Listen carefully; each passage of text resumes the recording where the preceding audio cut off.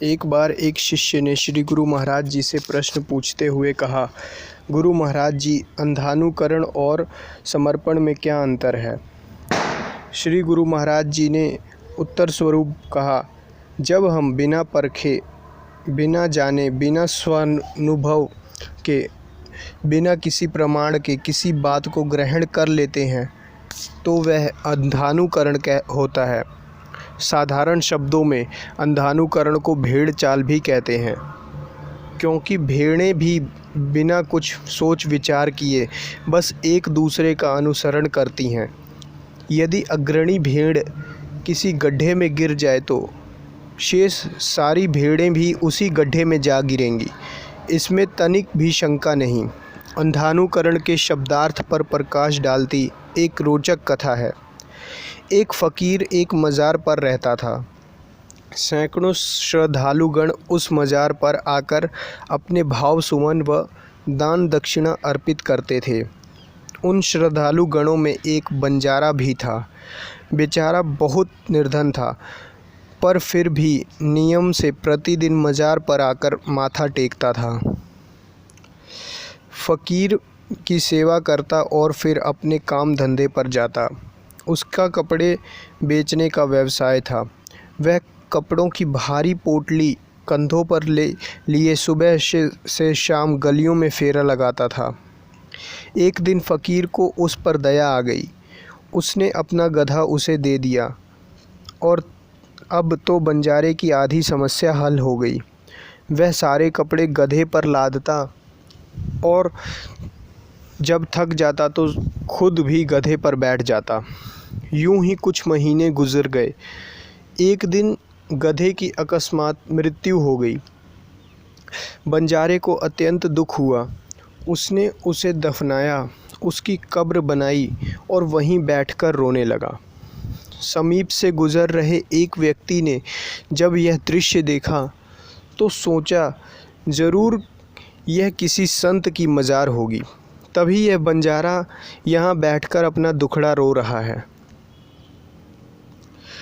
यह सोचकर उस व्यक्ति ने कब्र पर मस्तक नवाया और किसी कामना पूर्ति हेतु प्रार्थना की, फिर कुछ पैसे चढ़ाए और चल गया।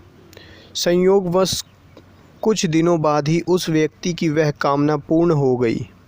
बस अब क्या था, उसने पूरे गांव में हो हल्ला मचा दिया।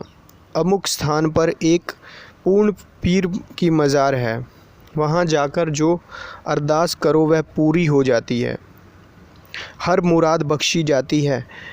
अब आप सोच ही सकते हो कि इस घटना की क्या प्रतिक्रिया हुई होगी। उस दिन से उस कब्र पर तथाकथित श्रद्धालु गणों का तांता लग गया। बंजारे की तो खुशी का पारावार ना रहा। बैठे बिठाए उसे आमदनी का साधन मिल गया। एक दिन वही फ़कीर जिसने बंजारे को गधा दिया था वहाँ से गुजर रहा था। उसे देखते ही बंजारे ने उसके पैर पकड़ लिए और बोला, आपके गधे ने तो मेरी ज़िंदगी बना दी। जीते जी तो काम आया ही, मरने के बाद भी मेरी रोजी रोटी का साधन बन गया। फ़कीर ने हंसते हुए कहा, बेटे, जो तेरी तोर गति सो मोर गति। क्या मतलब महाराज? बंजारे ने पूछा। फ़कीर बोला, मतलब यह कि जिस मज़ार पर तू माथा टेकता था ना, वह इसी गधे की माँ की थी। यह कहानी हास्यपद अवश्य है, पर समाज की दशा का यथार्थ चित्रण करती है। विडंबना है कि आज समाज में अंधानुकरण व अंधानुगमन की परंपरा चल पड़ी है। 99% लोग ईश्वर व ईश्वर संबंधी तथ्यों पर आंख मूंद कर विश्वास करते हैं, अपने विवेक या बुद्धि का उपयोग नहीं करते। जापान में महात्मा बुद्ध का एक सुप्रसिद्ध मंदिर है। वहाँ की विशिष्टता है एक दांत। मान्यता है कि यह दांत भगवान बुद्ध का है। इसी कारण महात्मा बुद्ध के अनुयायियों के लिए यह स्थल तीर्थ स्थल तुल्य है। बुद्ध पूर्णिमा के दिन तो इस दांत को एक बड़े से थाल में रखकर इसकी शोभा यात्रा निकाली जाती है। इत्फाकन एक बार एक वैज्ञानिक इस शोभा यात्रा में पहुंच गया। जिज्ञासावश उसने करीब से जाकर इस दांत को देखा। अंततः वह इस निष्कर्ष पर पहुंचा कि यह दांत किसी मनुष्य का नहीं अपितु किसी पशु का है। ज्यों ही उसने यह तथ्य प्रकट किया, वहाँ एकत्रित जनसमूह ने डटकर उसका विरोध किया। किसी ने उसकी बात को समझने का तनिक भी प्रयास नहीं किया, बल्कि एक बौद्ध भिक्षु ने तो तर्क देते हुए कहा, भगवान बुद्ध कोई साधारण पुरुष नहीं थे, वे महापुरुष थे, फिर उनका दांत साधारण कैसे हो सकता है? वह तो विचित्र और अद्भुत ही होगा। कहने का अभिप्राय कि अंधानुकरण केवल मान्यताओं, कोरी कल्पनाओं व रूढ़िवादिताओं पर आधारित होता है। इसमें दर्शन व अनुभव का कोई ठोस आधार नहीं होता। फलस्वरूप अंधानुगमन करने से आपको कोई प्राप्ति या लाभ भी नहीं होता, अपितु आपका कुछ खो और छिन जरूर जाता है। वह है आपकी श्रद्धा, भावना, धन व समय। अंधानुकरण के बिल्कुल विपरीत होता है समर्पण। समर्पण अर्थात सर्वस्व अर्पण, ईश्वर के चरणों में अपनी प्रत्येक श्वास का तर्पण। परंतु इस समर्पण की आधारभूत आवश्यकता क्या है? यह हृदय में प्रस्फुटित कब होता है? रामचरितमानस की एक चौपाई इस आवश्यकता को उजागर करती है। जाने बिन ना होई प्रतीति, बिन प्रतीति होई नहीं प्रीति, प्रीति बिना नहीं भक्ति दृढ़ाई, जिम खगपति जल के चिकनाई। अर्थात ईश्वर को जाने बिना उस पर विश्वास नहीं हो सकता, बिना विश्वास के प्रेम नहीं हो सकता, और जब तक प्रेम नहीं तब तक भक्ति में दृढ़ता आ ही नहीं सकती, और जब भक्ति में दृढ़ता ही नहीं तो समर्पण कैसा? अतः समर्पण का पहला सोपान है जानना, अर्थात देखना, प्रत्यक्ष साक्षात्कार करना।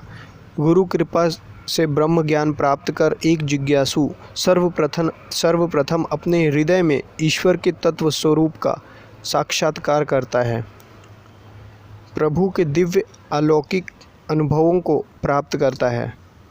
तत्पश्चात शुरुआत होती है प्रेम की, भक्ति की। फिर इस मार्ग पर चलते चलते एक दिन यही प्रेम परिपक्व हो जाता है और भक्ति दृढ़। तब कृतार्थ हुए साधक के रोम रोम से फूटते हैं समर्पण के भाव। कहने का भाव कि प्रचलित मान्यताओं पर नहीं, साक्षात दर्शन स्वानुभव का प्रतिफल होता है समर्पण। एक बार एक शिष्य ने श्री गुरु महाराज जी से प्रश्न करते हुए पूछा, गुरु महाराज जी, जब भी मैं गीता का अध्ययन करता हूँ तो एक प्रश्न मेरे मन में उठता है, भगवान श्री कृष्ण ने अर्जुन को गीता का उपदेश कुरुक्षेत्र की भूमि में ही क्यों दिया? उत्तर स्वरूप श्री गुरु महाराज जी ने कहा, पूर्ण रूप से तो यह भगवान श्री कृष्ण ही जानते हैं कि उन्होंने ऐसा क्यों किया, पर हमारे विचार से इसके पीछे कई महान कारण थे। सर्वप्रथम तो आप यह समझें कि जब भी संत महापुरुष व अवतार कोई संदेश या उपदेश देते हैं तो वह किसी व्यक्ति विशेष के लिए नहीं होता, ना ही जाति, संप्रदाय व राष्ट्र विशेष के लिए होता है। उनके सार गर्भित वचन तो समस्त मानव जाति व संपूर्ण विश्व के लिए होते हैं, प्राणी समुदाय के उद्धार व कल्याणार्थ होते हैं। ठीक जैसे प्रधानमंत्री जब लाल किले से भाषण देते हैं तो वह भाषण केवल लाल किले में उपस्थित लोगों के लिए ही नहीं होता, अपितु पूरे राष्ट्र के लिए होता है। ऐसे ही जब भगवान श्री कृष्ण ने गीता का ज्ञान दिया तो वह मात्र अर्जुन के लिए नहीं था। अर्जुन तो केवल एक निमित्त मात्र था। उसके माध्यम से भगवान श्री कृष्ण संपूर्ण मानव समाज को ज्ञान रूपी गंगा में गोता लगवाकर लाभान्वित करना चाहते थे। आपका प्रश्न है कि गीता ज्ञान देने के लिए उन्होंने युद्ध भूमि का ही क्यों चयन किया? आप जानते हैं उस समय परिस्थिति कैसी थी? कौरव तथा पांडव दोनों की सेनाएं आमने सामने युद्ध के लिए तत्पर खड़ी थीं। जहां कौरवों की सेना को पितामह भीष्म, गुरु द्रोणाचार्य, कुलगुरु कृपाचार्य, सूर्यपुत्र अंगराज कर्ण आदि वीर योद्धा सुशोभित कर रहे थे, वहीं पांडव सेना भी पांचों पांडव अभिमन्यु, महाराज द्रुपद आदि शूरवीरों एवं प्रतापी योद्धाओं से सुसज्जित थी। और तो और अर्जुन के रथ का सारथ्य संभाले खड़े थे तीनों लोकों के महानायक स्वयं भगवान नारायण। युद्ध प्रारंभ होने से पूर्व अर्जुन भगवान कृष्ण से कहता है, हे अच्युत, मेरे रथ को दोनों सेनाओं के मध्य में ले चलिए। मैं देखना चाहता हूँ कि वे कौन से राजागण हैं जो दुर्बुद्धि दुर्योधन की सहायता में खड़े हैं। अर्जुन को ऐसा कहने पर भगवान श्री कृष्ण ने रथ को दोनों सेनाओं के मध्य में ले जाकर खड़ा कर दिया। अब जब अर्जुन ने निरीक्षण किया तो पाया कि प्रतिपक्ष में उसके ही आत्मीय जन खड़े थे। स्वजनों के इस समूह को देखकर उसके हृदय में उथल पुथल मच गई, मोह जागृत हो उठा, माथे पर संवेद बिंदु उभर गए,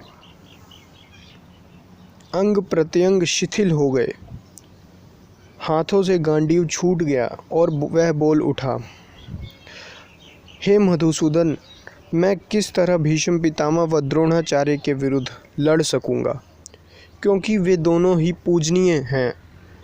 ऐसे गुरुजनों का वध करने की अपेक्षा तो भिक्षा मांगकर जीवन निर्वाह करना श्रेष्ठकर है।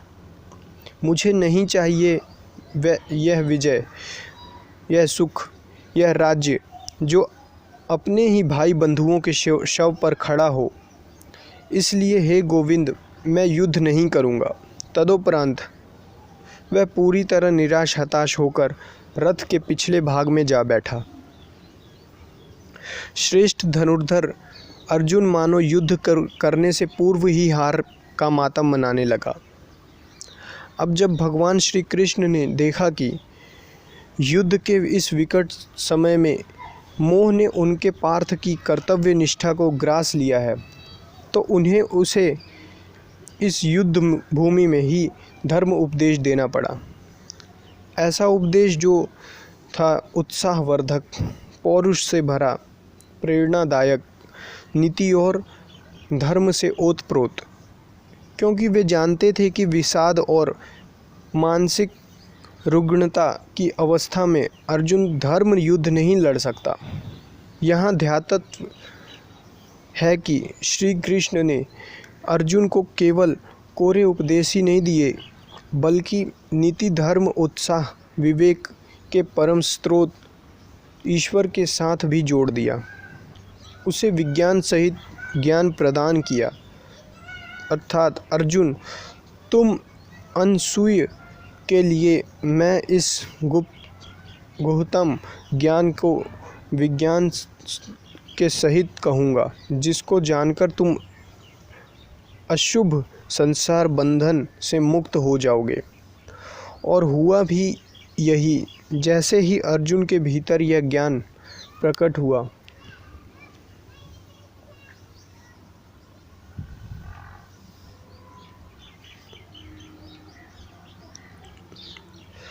उसके अज्ञान बंधन टूट गए। परमात्मा के तत्व स्वरूप का दर्शन अपने अंतःकरण में करने के बाद उसका कर्ता भाव शून्य हो गया। उसे ज्ञात हो गया कि वह केवल एक निमित्त मात्र है, कर्ता तो भगवान कृष्ण है। तदोपरांत उसने गांडीव धारण किया और धर्म युद्ध के लिए तैयार हो गया।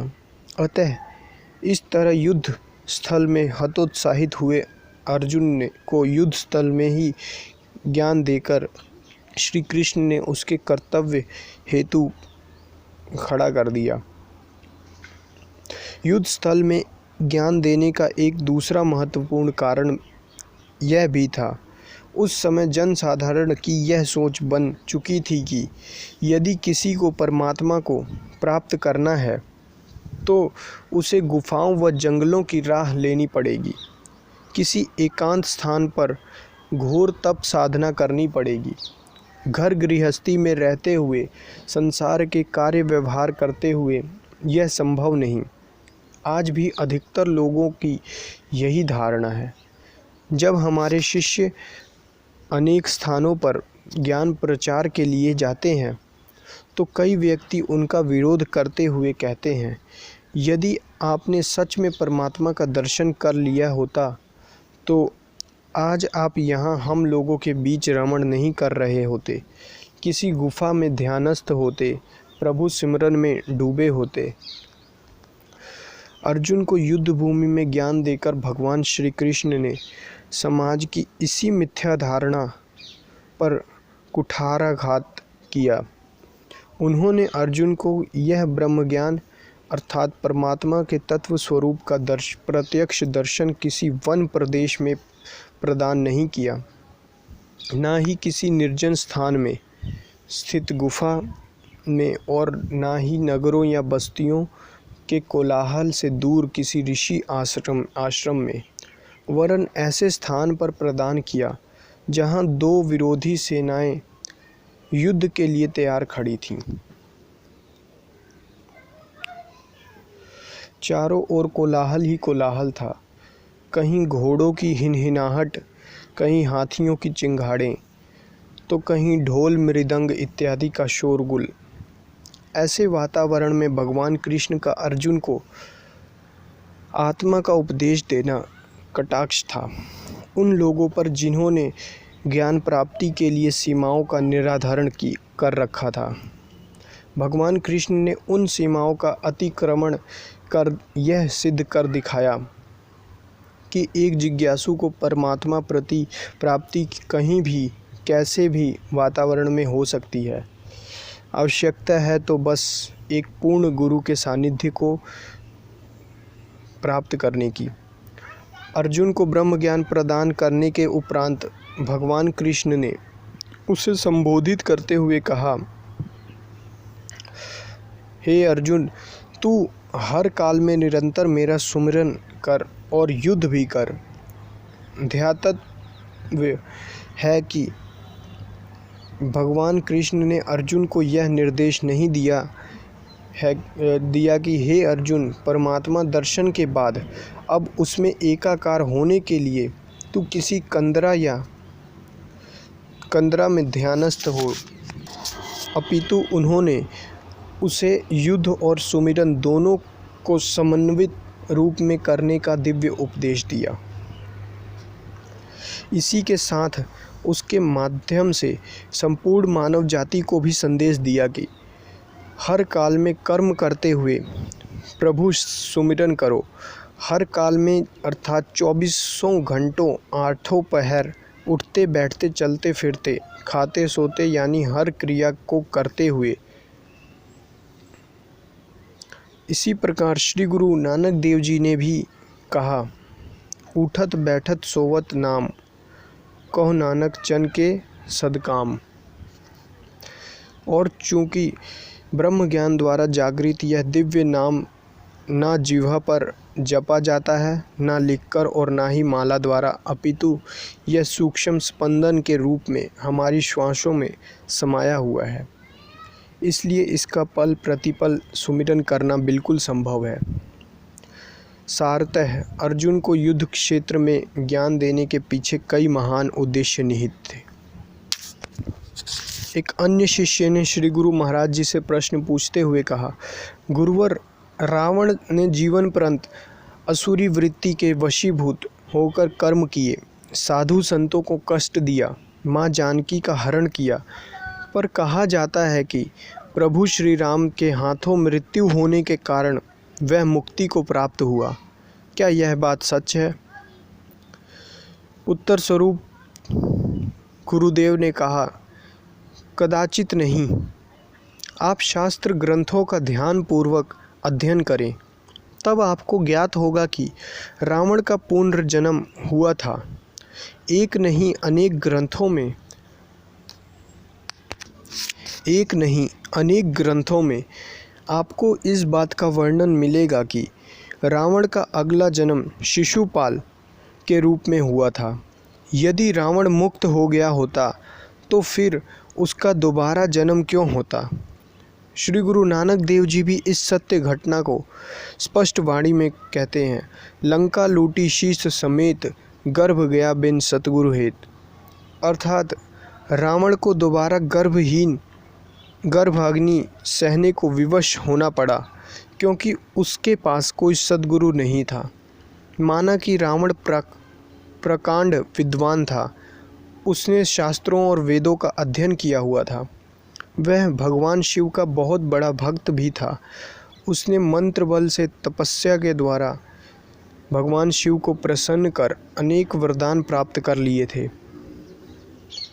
परंतु उसके जीवन की सबसे बड़ी चूक थी कि उसने किसी पूर्ण सतगुरु की शरणागति प्राप्त नहीं की थी।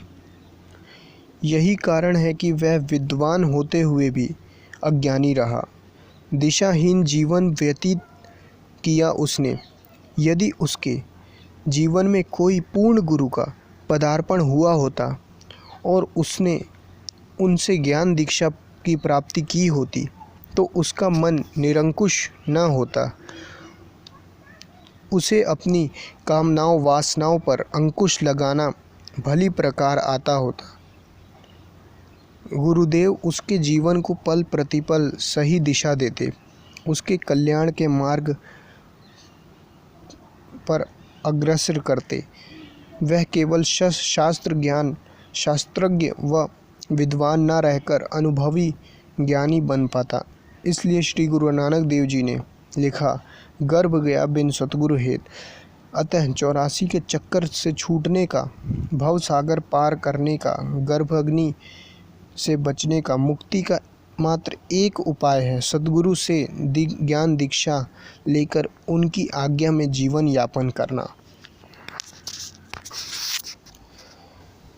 गुरुदेव परशुराम जी का वर्णन श्री राम के समय में भी आता है और श्री कृष्ण के समय में भी, जबकि श्री राम त्रेता युगीन थे और श्री कृष्ण द्वापर युगीन।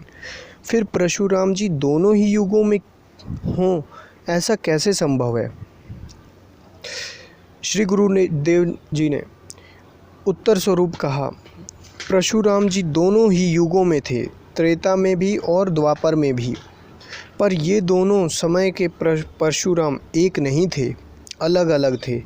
जैसे कि नारद जी का वर्णन तो हर युग में आता है, तो क्या नारद अमर हैं? हर युग के एक ही नारद हैं? नहीं, नारद तो एक पद है, एक उपाधि है। नार का अर्थ होता है ज्योति या ज्ञान।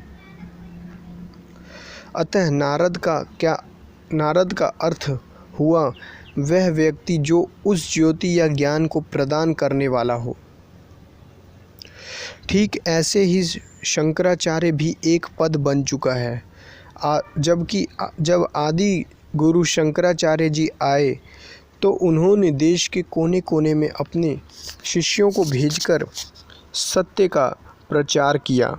उत्तर पश्चिम पूर्व दक्षिण 4 कोनों में 4 मठों की स्थापना की और वहाँ अपने शिष्यों को नियुक्त किया। उनके वे शिष्य भी शंकराचार्य नाम से ही पहचाने जाने लगे। तब से अब तक जो भी मठाधिकारी होता वह शंकराचार्य ही कहलाता है। इन मठों में अनेकानेक श्लोक लिखे हुए हैं। उनमें से एक श्लोक में लिखा है, मुझे 85 वर्ष बीत गए परंतु आज तक इतना अद्भुत अनुभव नहीं हुआ जो आज देवी की कृपा से हुआ है।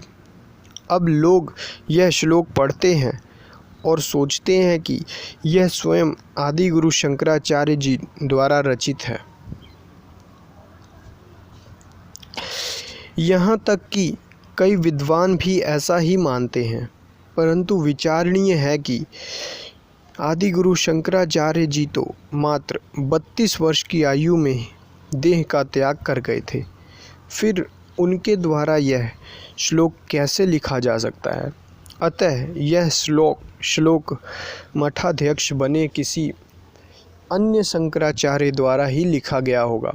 इसलिए हमें विवेक से काम लेना है, अंधविश्वास या अंधश्रद्धा से नहीं। तब आप समझ जाएंगे कि हमारे शास्त्रों में वर्णित कोई भी तथ्य कपोल कल्पित या अर्थहीन नहीं है, उसके पीछे कोई ठोस कारण है। एक बार एक शिष्य ने गुरु महाराज जी से प्रश्न पूछा, गुरु महाराज जी, मुझ में बहुत सी बुराइयां, दुष्प्रवृत्तियां व विकार हैं। मैं उन सब को ख़त्म करने का दृढ़ संकल्प करना चाहता हूँ। कृपया आप कोई ऐसा शुभ मुहूर्त या लगन बताइए जिस समय मेरा यह संकल्प लेना सार्थक हो। श्री गुरु महाराज जी ने उत्तर स्वरूप कहा, आपका संकल्प किसी मुहूर्त, लगन या समय का मोहताज नहीं है। किसी भी शुभ कार्य को आरंभ करने के लिए हर घड़ी, हर समय उपयुक्त है।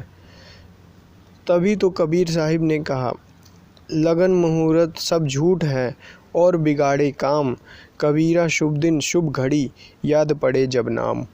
अर्थात लगन मुहूर्त निकालना सब व्यर्थ की बात है।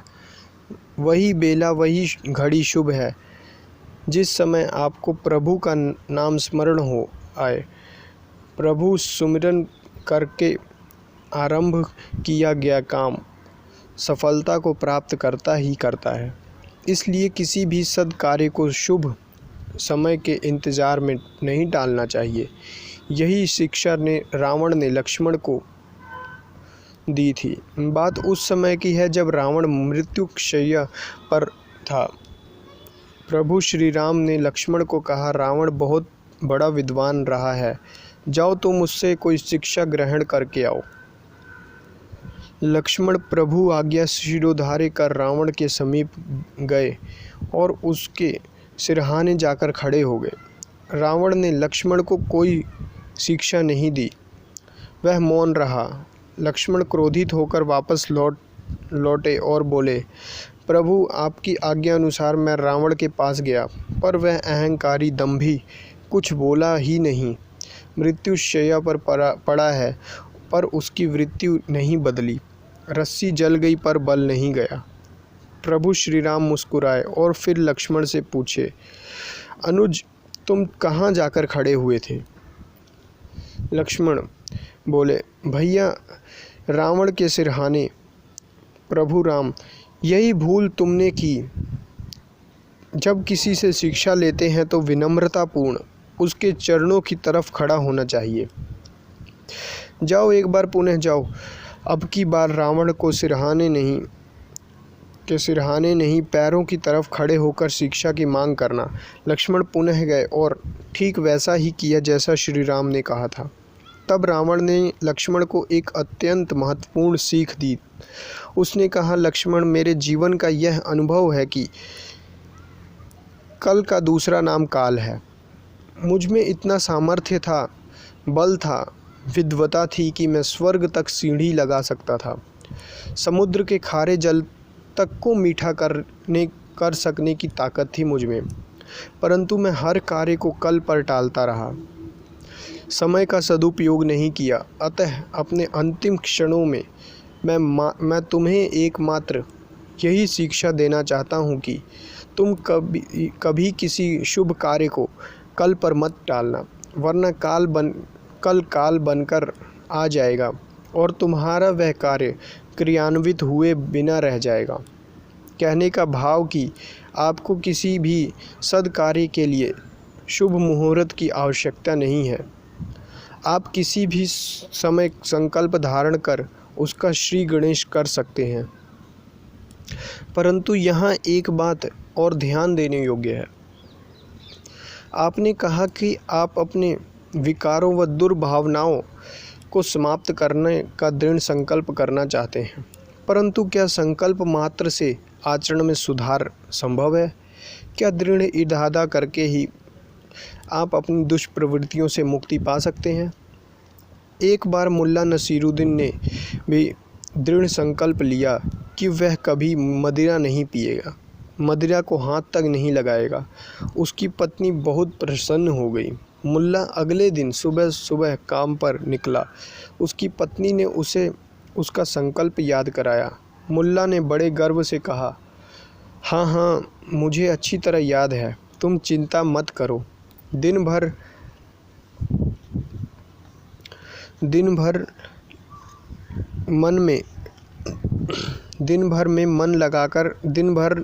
मुल्ला ने मन लगाकर काम किया। फिर शाम को वापस घर लौटने लगा। रास्ते में शराब की दुकान पड़ी, वही दुकान जहाँ से वह रोज़ शराब पीकर जाता था। उसके कदम खुद ब खुद दुकान की ओर बढ़ने लगे। फिर एकाएक उसे अपना संकल्प याद आया। अब तो बस उसके मन और बुद्धि के बीच एक युद्ध छिड़ गया। बुद्धि कहने लगी, बस पहले ही दिन हार मान ली, क्या यही थी तेरी संकल्प शक्ति? दूसरी ओर मन ने अपना विचार रखा। क्या रखा है संकल्प में? कौन सा तुझे कोई मेडल मिल जाएगा शराब छोड़कर? ज़िंदगी मज़ा करने के लिए ही मिली है, थोड़ी सी पी लेने में किसी का क्या बिगड़ता। काफ़ी देर तक मुल्ला द्वंद्व में फंसा रहा। कभी बुद्धि का पलड़ा भारी होता तो कभी मन का। आखिरकार संकल्प शक्ति की जीत हुई। निकल गया मुल्ला शराब की दुकान के आगे से बिना शराब पिए। अब तो वह बेहद खुश था। अपने हाथों से उसने अपनी पीठ थपथपाई और बोला, वाह शाबाश मुल्ला, मान गया तेरी संकल्प शक्ति को। शराब की दुकान के आगे से निकल गया बिना शराब पिए। मैं बहुत खुश हूँ तुझसे। मांग क्या चाहिए तुझे? चल, इसी खुशी में तुझे शराब पिलाता हूँ। इतना कहकर मुल्ला वापस मुड़ा और शराब की दुकान पर पहुँच गया। तात्पर्य कि अक्सर हमारे संकल्प भी मुल्ला की तरह अधूरे रह जाते हैं। इसलिए केवल संकल्प लेना पर्याप्त नहीं। यदि वास्तव में आप स्वयं को विकारों व कुविचारों से मुक्त करना चाहते हैं तो आध्यात्मिक ज्ञान को प्राप्त करें, क्योंकि दुर्गुणों की जड़ हमारे अंदर है। उसे केवल ब्रह्म ज्ञान की खड़ग से ही काटा जा सकता है।